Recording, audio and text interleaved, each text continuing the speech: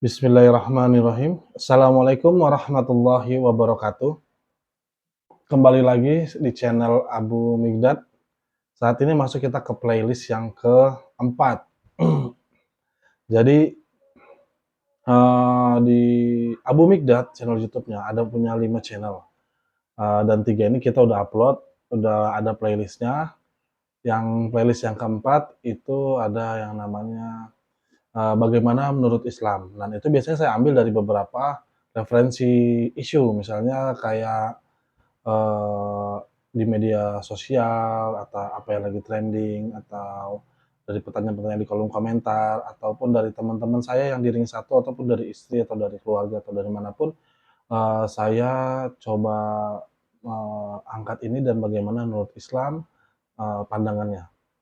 Nah, di video saya yang kedua, yang perjalanan hidup yang nomor 2, itu adalah yang bertanya dari kayaknya dari ikhwan. Yang bertanya, bagaimana jika misalnya kita ditanya, eee, momongan, kapan punya momongan terus sama kerabat dan sama orang tua?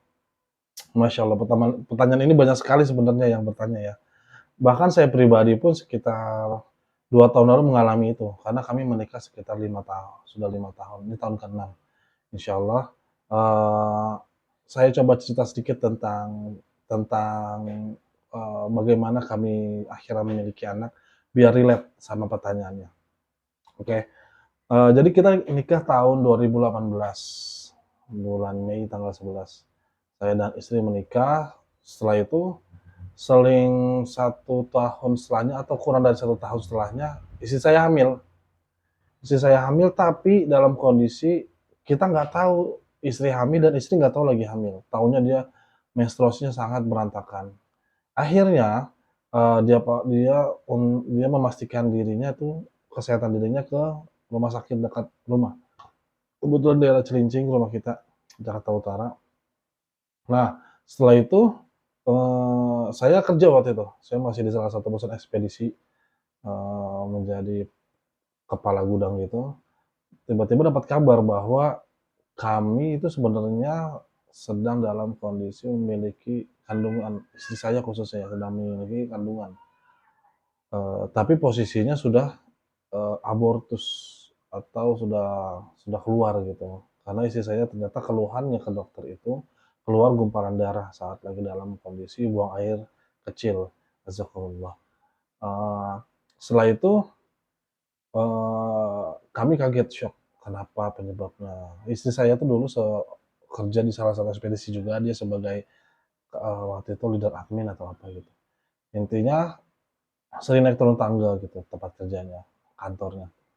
Nah, akhirnya itu mungkin mungkin itu cuman cuman perkiraan saya aja, itu yang bikin penyebab utamanya, apa namanya, kecapean. Itu akhirnya qadarullah karena, eee, kecapean itu janinnya akhirnya nggak kuat, akhirnya ya udah begitu aja, keluar begitu aja. Dari 2018 itu kosong akhirnya, sampai 2020 kalau nggak salah, berarti udah sekitar 3 tahun kami menikah itu, waduh udah setiap hari udah ditanyain terus. Kenapa? Adik saya udah punya, ada yang punya 2, ada yang punya 4, masya Allah. Saudara saya udah ada banyak, segala macam. Jadi setiap nongkrong itu ada beberapa, bukan dari keluarga secara langsung ya, dari tetangga nanya ke orang tua, bla bla bla gitu. Aduh, pusing gitu. Nah, akhirnya kami cek kondisi, kami berdua, khususnya ke istri saya, karena setelah setelah kita coba sepakatin, ya udah istri saya keluar dari pekerjaan, saya bekerja sendiri, ya waktu itu masih belum ada hidayah atau apapun, kita udah tes mental aja, seperti itu. Karena memang udah berat juga. Saat itu yang kami lakukan adalah melakukan, eee, tindakan-tindakan medis ya. Ya alhamdulillah akhirnya di tahun 2021 istri saya tuh hamil. 2021 kalau nggak salah, 2021 itu istri saya hamil dalam kondisi 5 bulan, eee janinnya yang kita tunggu-tunggu ini sudah pembukaan 9, nah pembukaan 8 gitu, sekitar jam 10 malam Minggu, jam 10 malam. Kondisi hujan, masya Allah, kondisi hujan, qadarullah. Eee, Orang tua kami baru saja berkunjung dari rumah, pulang, kaget dapat kabar kayak gitu, kondisi hujan, nggak ada yang bisa ke rumah juga.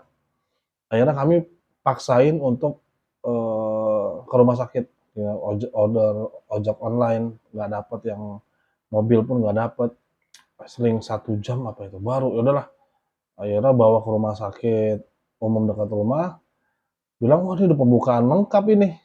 Sorry, udah pembukaan 9, tinggal tinggal 1 pembukaan lagi katanya. Ah, kaget, ini baru 5 bulan gitu, 5 bulan lebih lah, mau 6 bulan gitu.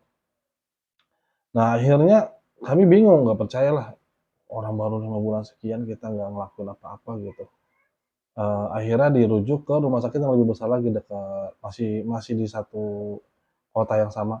Akhirnya ke situ bener dicek sama dokter spesialis di situ, yang spesialis kandungan ya, spesialis kandungan, bener udah emang harus dilahirkan gitu, karena memang sudah pembukaan sempurna gitu. Akhirnya ya udahlah, kita berdoa aja bismillah, info dari dokter kalau lahir dalam kondisi beratnya lebih dari 500 gram udah bisa penanganan, tapi kalau di bawah 500 gram masih susah untuk penanganan, kayak gitu. Akhirnya anak saya lahir secara normal, dengan berat itu saya lupa 200 gram atau berapa gitu, intinya di bawah 500 gram, masih dalam kondisi hidup, masya Allah, namanya Maryam, perempuan, udah meninggal, selang berapa jam setelah itu. Itu saya nggak bisa digambarkan bagaimana perasaan hancurnya saya, sedihnya saya, tapi masya Allah di situ iman udah masuk, ya akhirnya kita terima bahwa memang ini adalah, eee, yang Allah mau gitu, ini yang terbaik. Nanti akan saya simpulkan lagi mengapa mengapa saya cerita panjang lebar dulu ke sini, karena nanti akan ada garis besar yang akan nyangkut ke dalam jawaban itu, jawaban dari pertanyaan-pertanyaan, tentang kenapa belum punya momongan gitu maksudnya. Oke, setelah itu, setelah Maryam lahir, anak saya yang pertama itu perempuan lahir, langsung buru-buru saya urus pemakamannya segala macam, selesai, kita nggak lama-lama bersedih, akhirnya kita move on segala macam, seling 2 bulan berikutnya istri saya hamil lagi dan kita nggak tahu, masya Allah, kita nggak tahu seling 2 bulan istrinya hamil, tapi gumpalan juga akhirnya keluar. Jadi kita dalam waktu 1 tahun itu, di tahun yang sama istri saya tuh hamil 2 kali, masya Allah, gitu. Masa masa nifasnya itu cuma 1 bulan, bulan berikutnya itu langsung jadi lagi.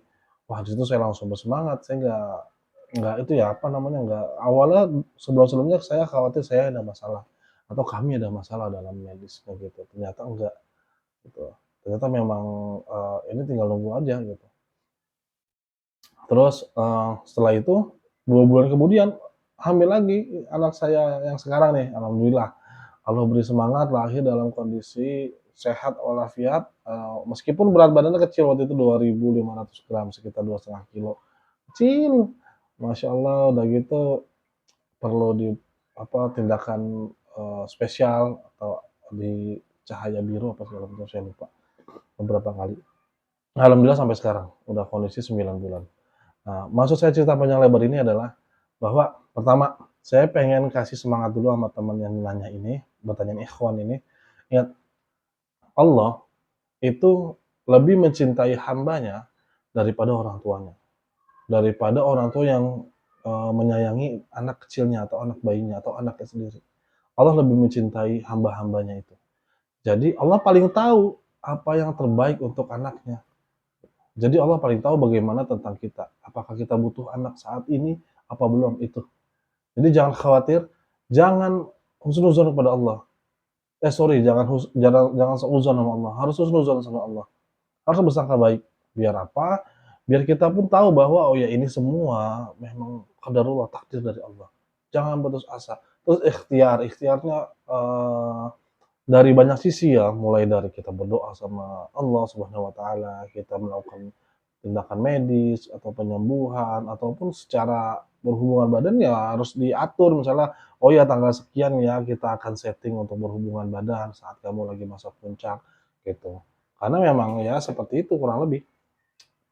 Jadi jangan putus asa karena memang Allah akan memberikan apa yang terbaik untuk hambanya.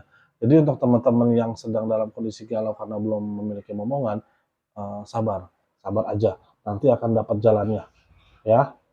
Terus berikutnya, saya udah berikan motivasi dan beberapa juga contoh kayak, eee, yang terbaik contoh buat saya itu sebenarnya dari kisah ada seorang, eee, seorang sahabat Rasulullah SAW itu namanya, Ummu Sulaim kalau nggak salah. Ummu Sulaim itu menikah sama, masya Allah lupa nggak terlintas saat ini. Intinya Ummu Sulaim itu menikah sama seorang sahabat Rasulullah juga yang seperti 1.000 pasukan.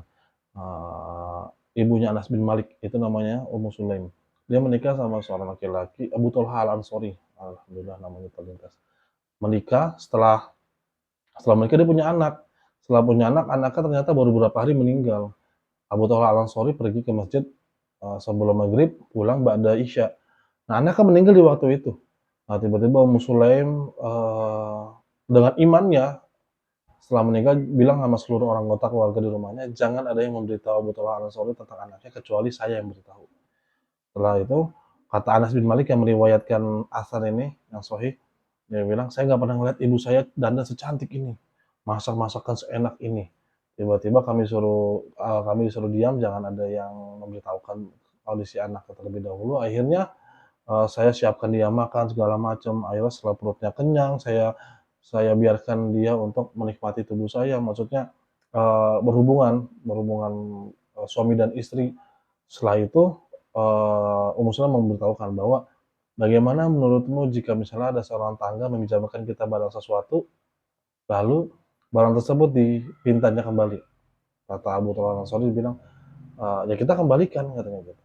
Terus kata Ummu Sulaim lagi mengatakan, "Kalau begitu, aku memberitahukan kepadamu bahwa anakmu telah meninggal." Gitu. Langsung kaget Abu Thalha Al-Ansori bilang, "Bisa-bisanya kamu membiarkan saya makan, menikmati tubuhmu sementara anak saya meninggal. Aku akan adukan ini kepada Rasulullah SAW." Akhirnya mereka berdua berdua ke masjid, ketemu Rasulullah SAW, memberitakan ceritanya seperti ini dan seperti itu ya Rasulullah. Kata Rasulullah, "Apakah kalian sebelum datang ke sini, ke masjid ini, berhubungan badan?" "Iya," kata dia. "Semoga Allah merahmati, anak yang ada dalam kandungannya." Maksudnya Rasulullah berdoa biar ini dapat, adalah hasil dari hubungan dia barusan, dapat anak, gitu. Jadi benar-benar Allah tuh Maha mengetahui dan ternyata anak dari anak-anak yang tersebut itu, ada yang jadi hafiz Quran, jadi seorang mufti, jadi seorang syekh atau seorang pengajar, hafal Quran, kurang lebih seperti itu. Nggak dijelasin lagi sih lanjutannya. Intinya adalah Allah mengetahui segalanya. Allah mengetahui apa yang kita butuhkan. Jadi jangan berkecil hati untuk teman-teman ya yang belum memiliki omongan. Terus jawaban yang paling elok adalah bahwa ya kita jawab aja apa adanya. Dia tanyakan, "Kapan punya omongan?"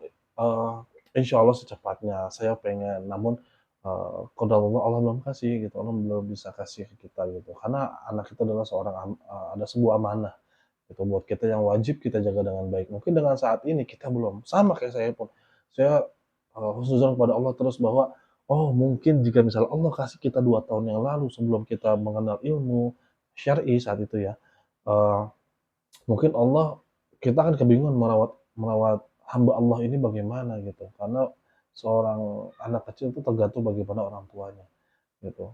Mungkin dengan sekarang Allah merasa kita paling siap untuk memiliki anak, itu mungkin jawabannya. Jadi jawab aja apa adanya gitu. Seandainya pun, yang penting jangan berbohong, jawab, "Kapan kamu punya omongan?" Insya Allah secepatnya ya.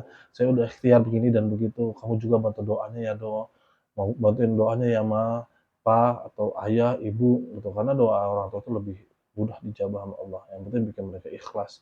Jawab aja, jangan malu gitu ya. Tapi kalau misalnya kira-kira udah merendahkan, ya udah nanya mulu gitu. Misalnya dia nanya terus, kamu bisa bilang, "Ada urusan apa sih kamu tanya-tanya itu terus?" Dia bilang, "Janganlah," gitu. "Kalau kamu bertanya itu terus kepada saya, itu membuat saya sedih," gitu. Insya Allah akan terjawab, apa namanya, akan rasa penasaran itu udah hilang. Kecuali emang orang niatnya ngejek, ya udah kita bisa cuekin aja, kayak gitu. Yang penting jangan sampai bohong, lalu tetap jawab. Apalagi kepada kerabat dan orang tua ya, terdekat gitu. Oke, mungkin gitu aja. Eee, ini adalah video pertama di playlist Bagaimana Menurut Islam. Mudah-mudahan video ini bisa menjadi bermanfaat untuk teman-teman, dan juga bantu di-like, komen, dan subscribe. Untuk teman-teman yang di luar sana semangat, yang belum punya omongan semangat, tetap terus berdoa dan berikhtiar, jangan suudzon kepada Allah, terus suudzon kepada Allah. Oke, baik kalau gitu kita tutup dengan kafaratul masjid. Subhanakallahumma bihamdik, asyhadu an la ilaha illa anta astaghfiruka wa atubu ilaik. Assalamualaikum warahmatullahi wabarakatuh.